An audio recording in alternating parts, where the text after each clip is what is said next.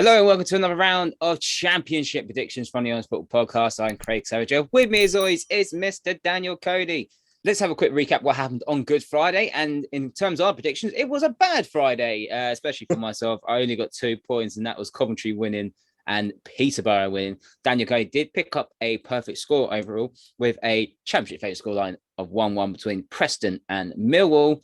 Other than that, he only got 2 more points after that as well, and that was Coventry and the Bournemouth-Middlesbrough draw. So Daniel Cody wins by 5 points to 2.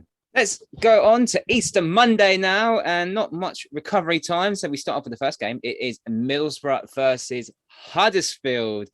Both these teams in the playoff hunt. Middlesbrough drew 0-0 with Bournemouth, which was a game to forget, and Huddersfield drew 2-2 with QPR. Yeah, obviously both of these were on TV, so I caught the vast majority of the Borough game and all of the Huddersfield one.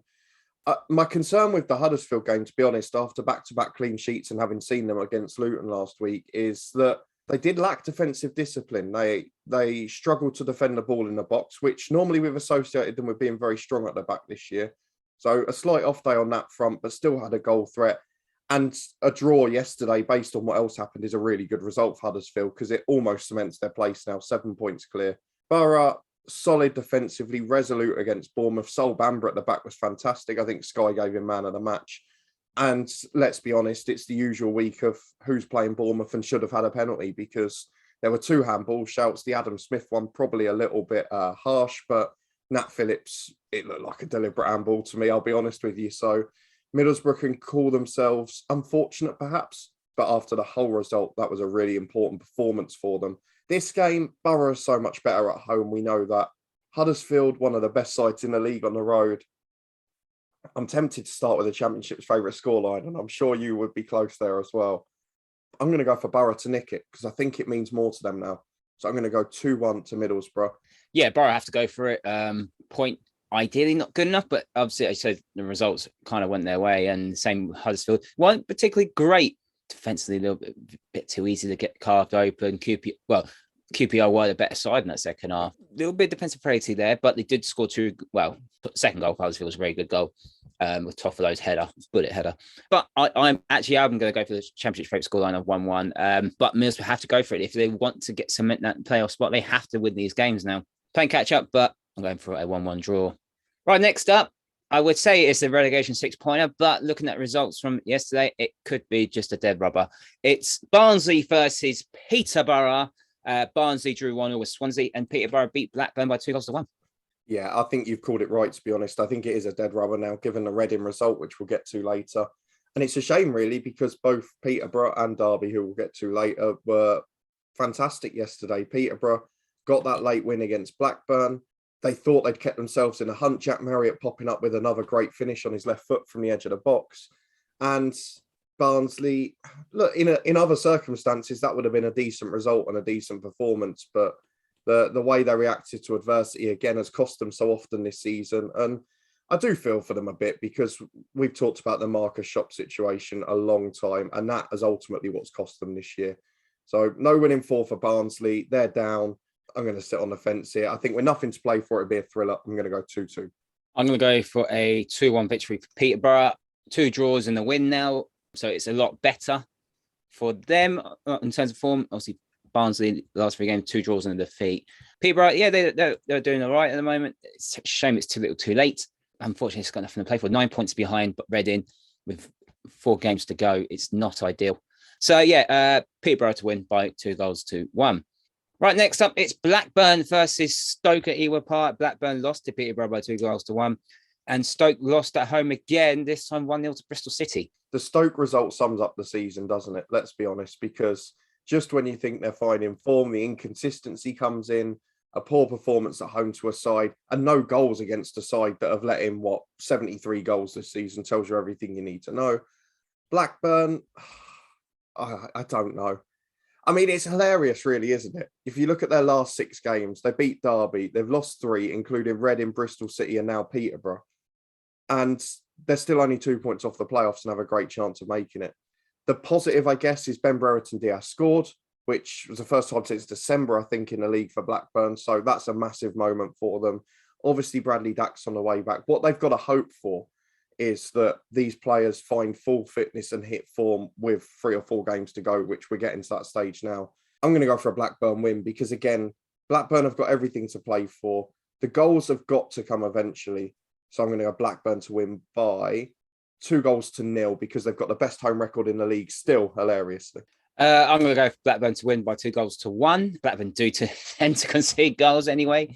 Stoke, that goal did sum up Stoke's season. It was just a last-minute winner, cross-come shot. I can't have nothing else to say. It was Stoke's season in 10 seconds, wasn't it? Yeah, it was bad. Another defeat for them.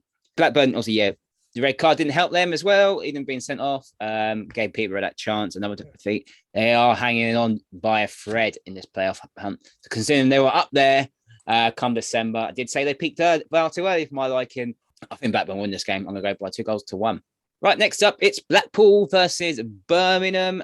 Blackpool lost 2-1 very late on to West Brom, and Birmingham, despite having a 2-0 lead, lost 4-2 to Coventry. Yeah, thanks to Blackpool and West Brom for costing me a second perfect score in stoppage time there. But Blackpool have had a good season. They've got nothing to play for now, but I'm pretty sure at the start of the season, if you'd have offered most fans somewhere around 16th place and over 50 points, they would have taken it. It's a very good season. I'm sure they'll recruit well again, and I'm sure they'll stay up again next year. As a spoiler for our pre-season predictions, 22-23. What the hell happened at Birmingham? What the hell happened? 2 shots on target, 2 goals, 39 minutes gone, 2-0 up at home. And I don't know, just went to sleep.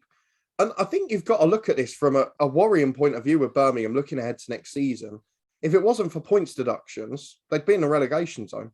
I really worry for Birmingham next year. And we've seen with Derby this season, these things can happen to big sides. So there's a lot to ponder for them. In terms of this game, I think Blackpool have too much. They've got the fans on side. Their last 2 home games were against top sides in Sheffield United and Forest. Birmingham aren't. They'll beat them 3-1. I'm going to go 2-0 to Blackpool. Yeah, Blackpool, they'll be gutted that you couldn't hold on for a point. Birmingham, it's just been like Stoke. I just forget about this season. Yeah, it wasn't a great season last season under Karanka, and then Bowie has steadied the ship there. But yeah, there's a lot of things to happen at Birmingham over the summer. I can't see that happening. So yeah, it's just going to be another boring one for Birmingham. But I'm going to Blackpool to win by 2-0. Right, next up at the Cardiff City Stadium is Cardiff versus Luton Town. Cardiff lost 2-1 away at Hull, and Luton beat Forest by 1-0. Let's do Cardiff first, sorry. Killed themselves in the first 15 minutes. I don't know how many times we've said it this season in various games for various teams. You cannot give teams a 2-goal head start in the Championship unless you're Coventry against Birmingham. Luton against Forest, I know why we've left this till second, but obviously it was a very ugly game. And Luton, with the injuries they had, with the form of Nottingham Forest, had to make it like that. A crucial win. Obviously, the game hinged on big refereeing decisions. The penalty, as weird as it looked, was correct. It wasn't a red card for Sonny Bradley, but Forest probably should have had a goal at the other end. So it's just chaos. But I mention it because how many times in recent weeks have we said those playoff contention games, and even looking at Middlesbrough Bournemouth yesterday, they're being decided by refereeing decisions. And ultimately, that's not what we want as football fans. In this game, though, Cardiff have got nothing to play for. The defensive steadiness is starting to go again. Steve Morrison had resolved it a little, but that's 7 goals in the last 3 games. And with one of the few games left against sides with nothing to play for, Luton have to win. So I'm going to go for a 2-0 away win because Cardiff can see goals for fun. Great victory against Forest. Played very well first half. But I think we kind of forget that Samba made a crucial save in the first half before obviously Shea did from Graben. Yes, it was a penalty. He did. The angles are not clear to start with, but he does handball it first, and then James Spree slaps it away. I'm not denying that, but he does handle it first. So it was the correct decision. The offside, so the red card, is beyond a joke. The referee's got a good angle here. There's no way that the ball can have that angle to go straight to Surridge. Don't get me wrong. It was a foul. I'm not denying it was a foul, but it was miles offside the side. The referee clearly tell it came for Forest player. So the referee was an absolute joke. For both teams. For both teams. Because it should have been a goal. So key decisions again, like obviously Bradley's going to miss the next game now. Cardiff, on the other hand, killed themselves in the first 15 minutes. Luton's pressing style You can't do that again because they shot themselves in the foot, and Luton can easily pounce on that with their pressing style like that. You gone for a 2-0 Luton win. I'm going to go 2-1. Anyway, moving on. Coventry beat Bournemouth. Coventry beat Birmingham by 4-2, and Bournemouth drew 0-0 with Borough. Seeing that Forest lost, you would think Bournemouth would probably go for it a little bit more, and they didn't do that. They were boring. I found it a bit concerning at the end of the game, whether it's just a confidence thing or not, but all of the Bournemouth camp coming out saying they felt like they deserved to win. And yes, Borough were relatively cautious, particularly in the second half, but it's 3 games where they've scored no goals, picked up 2 points, had 4 shots on target across those 270 minutes. And let's be brutally honest, the 2 games they've drawn against Sheffield United and Borough, they should have had at least 1 penalty against them in each game. And why that's not happening, I don't know. I still think Forest have got a chance to catch them with 6 games to go and them playing each other. Coventry, we saw what they're capable of the last couple of games away from home. Big comeback against Birmingham, big win against Fulham, but they can't afford to give this Bournemouth side a head start. And I do worry that they'll let in a silly goal.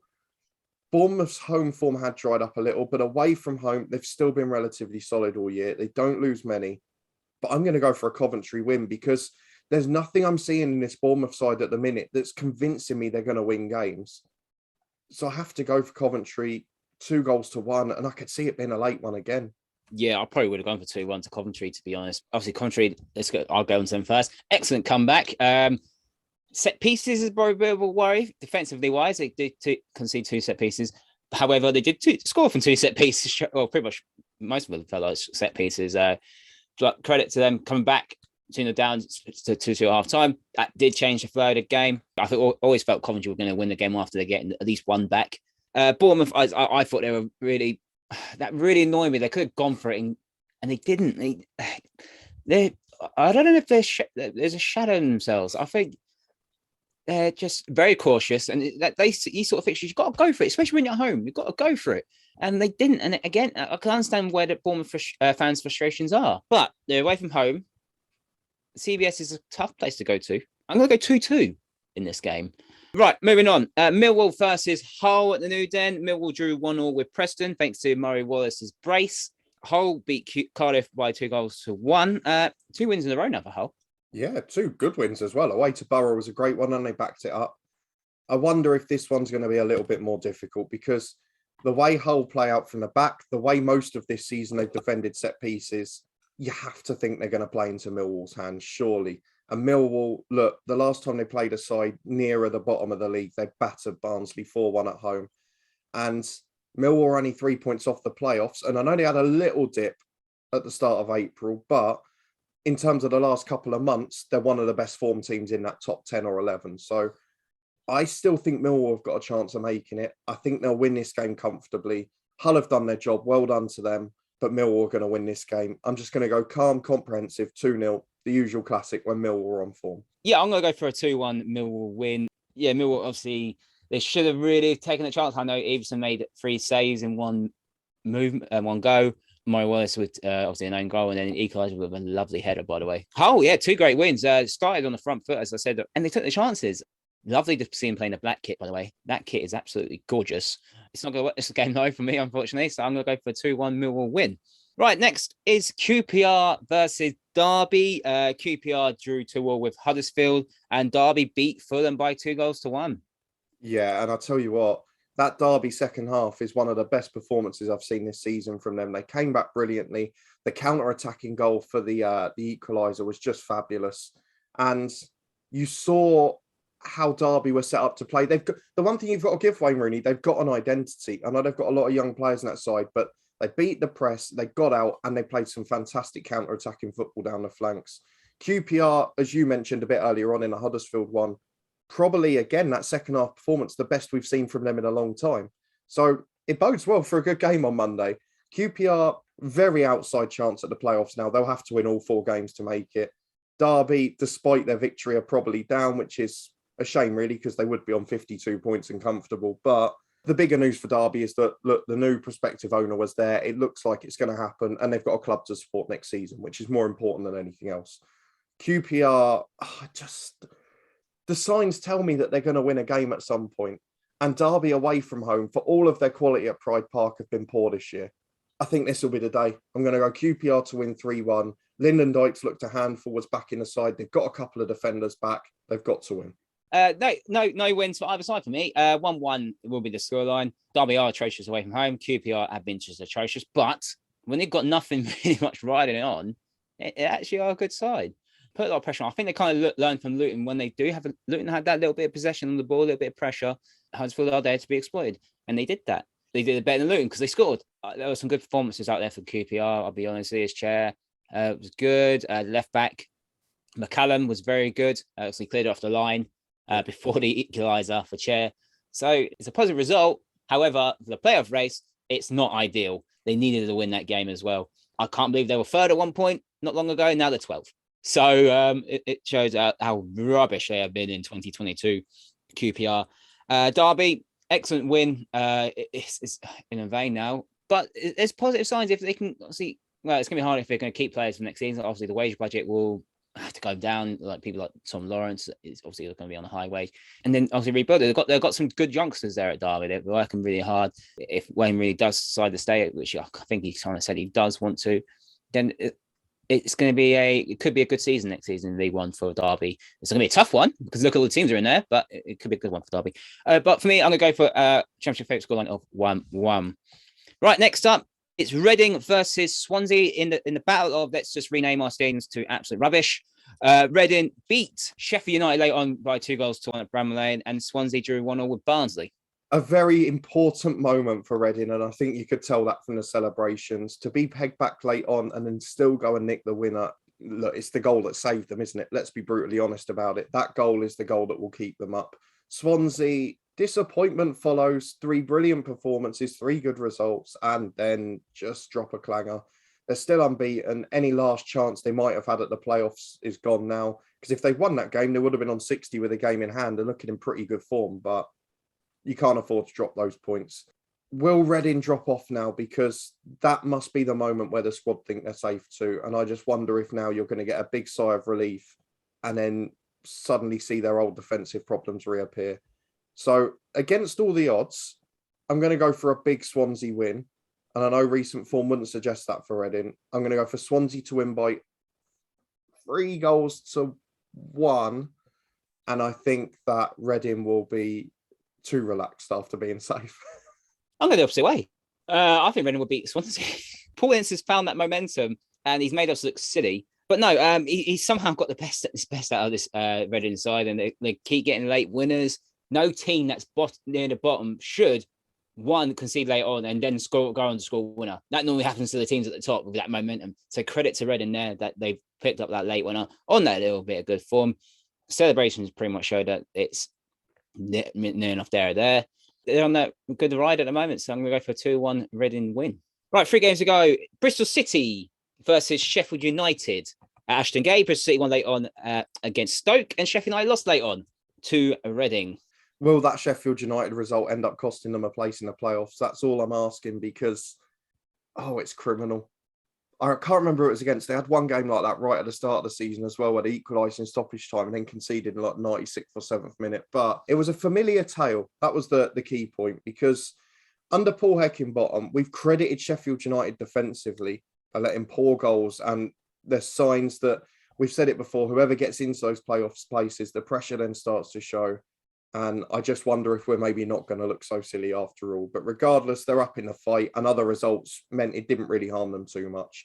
Bristol City, great to get a late win. A miracle to get a clean sheet. Look, it's another club where it's going to be a massive summer for them. They need to be able to back Nigel Pearson. I don't think they've got the resource to. So I don't see that they can progress much further up the league. But they can improve defensively.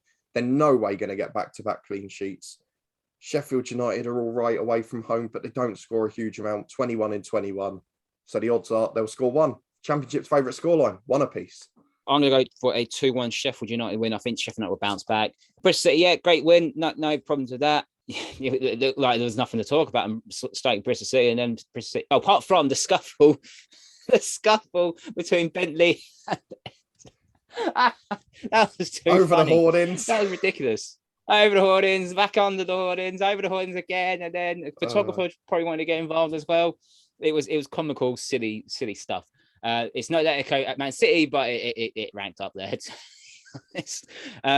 Yeah, and Jade Silva scored from across. But yeah, Sheffield United win by 2-1. Right, Nottingham Forest, they're at home to West Bromwich Albion. Forest lost 1-0 to Luton, and West Brom won late on against Blackpool. Aside from what a few of the fans said yesterday, Forest are still a great side to watch. Luton nullified their specific threats. It's the quietest game I've seen Brennan Johnson have in months. Jed Spence had 1 or 2 moments, but not a huge amount. We forced them to play down a left-hand side where they've not got the same level of quality. I do worry about some of the tactical decisions Cooper made. Playing Lewis Grabban in a sort of advanced midfield role was a little bit weird. There weren't huge concerns. Look, they got sucked into Luton's game. I actually think the sending off for Luton ended up harming them, despite it being the wrong decision for the referee, because it meant Luton could just put 10 behind the ball. Well, that didn't matter because Davis came off injured and they were down to 10 men anyway. And that's the bit I was going to mention, is that was probably the thing that prevented the equaliser, because they looked really strong until that point. But as you mentioned, it ended up being 10v10. Stoppage time was just a procession of stop-start, largely caused by the referee. Forest will bounce back. It's a shame for West Brom, because while Steve Bruce will probably try and learn from what they did to Mark Johnson and Spence out the game, I think Forest are going to be angry. At the City ground, there's going to be a big reaction. And I still think Forest have got a great chance of catching Bournemouth. So I'm going for the big one of the day. We saw loads of tight games on Good Friday. We're going to see loads of wild ones on Easter Monday with everyone knackered. 4-0 to Nottingham Forest. I think they're going to be sensational on Monday. I'm going to go for a Forest win by 2-0. I said it in the Luton bit. The referee was crap for both sides. He just spoilt the game. And obviously, they had the equaliser disallowed. Other than that, first half, Forest were pretty poor. And what we've got to remember is they only got behind Luton twice, I'll say. And obviously, the bit with grabbed and shot in the first half and probably the offside. It was pretty much an off day for Forest. And to be honest, that's probably a good thing. It's probably a good thing. Because it relieves goes the pressure down a little bit, because it was constantly winning 5 in a row. All right, so win 6, win 7. Okay, that's fine. They lost 1. But I know they can bounce back. And I can understand why you're going for 4-0, but I think 2-0 will be fine. Grabban might have to push up higher up now, considering Davis will be out injured. So yeah, I think Forest will win this game by 2-0. It's okay to lose a game, but I can easily see them bounce back. And the final game, it's Fulham versus Preston. Fulham lost again. 2 defeats in a row now for them. They lost 2-1 at Derby, and Preston drew 1-0 with Millwall. Yeah, Fulham really worrying defensively. Not good performances twice in a row. They still had their threat going forwards. They didn't take a lot of chances, but they got carved open at will in that second half, and it really was a concern. Is it the pressure thing, because they could have got promoted last night, that they fell away in the second half? I don't know. Preston, solid finish to the season, 3 unbeaten again. Brian Lowe's done a very solid job. They're going to need firepower next year. They're going to need improvements. I don't know what to go for this, because, again, it's the latest game. So Fulham could be promoted by the time this game kicks off. I'm going to say they still need a result to get promoted. And as a result, there'll be a bit more pressure. I'm going to go for a draw. I'm going to finish with the Championship's favourite scoreline, because Preston, look, I know they had the off day at Luton, but generally they don't concede more than 1 in a game. Yeah, it was a good first half by them, to be honest. Yeah. It was a good goal by Carvalho. But then I think they thought it was done. Derby do tend to not give up at home. They probably thought it was done last week as well against Coventry, and Coventry hit them hard. If Preston can hit them hard, it obviously causes a problem for them. But I think they're going to win this game. They need to get over. I say they need to get over the line. They want to go over the line. I'm going to go for a 2-1 victory for Fulham. Let's have a quick recap what we have predicted for Easter Monday and Tuesday. Cody's standout game is that 4-0 Forest win against West Brom. I've gone quite tight. Lots of 2-1s and 1-1s. There's going to be goals in pretty much every game. And that is our predictions for this Easter Monday's action. Do you agree with us or disagree with us? Let us know in the comments and give us your predictions. Don't forget to like this video and subscribe to the Honest Football Podcast. And you can follow us on Twitter @HonestFootball3. And we'll see you next time.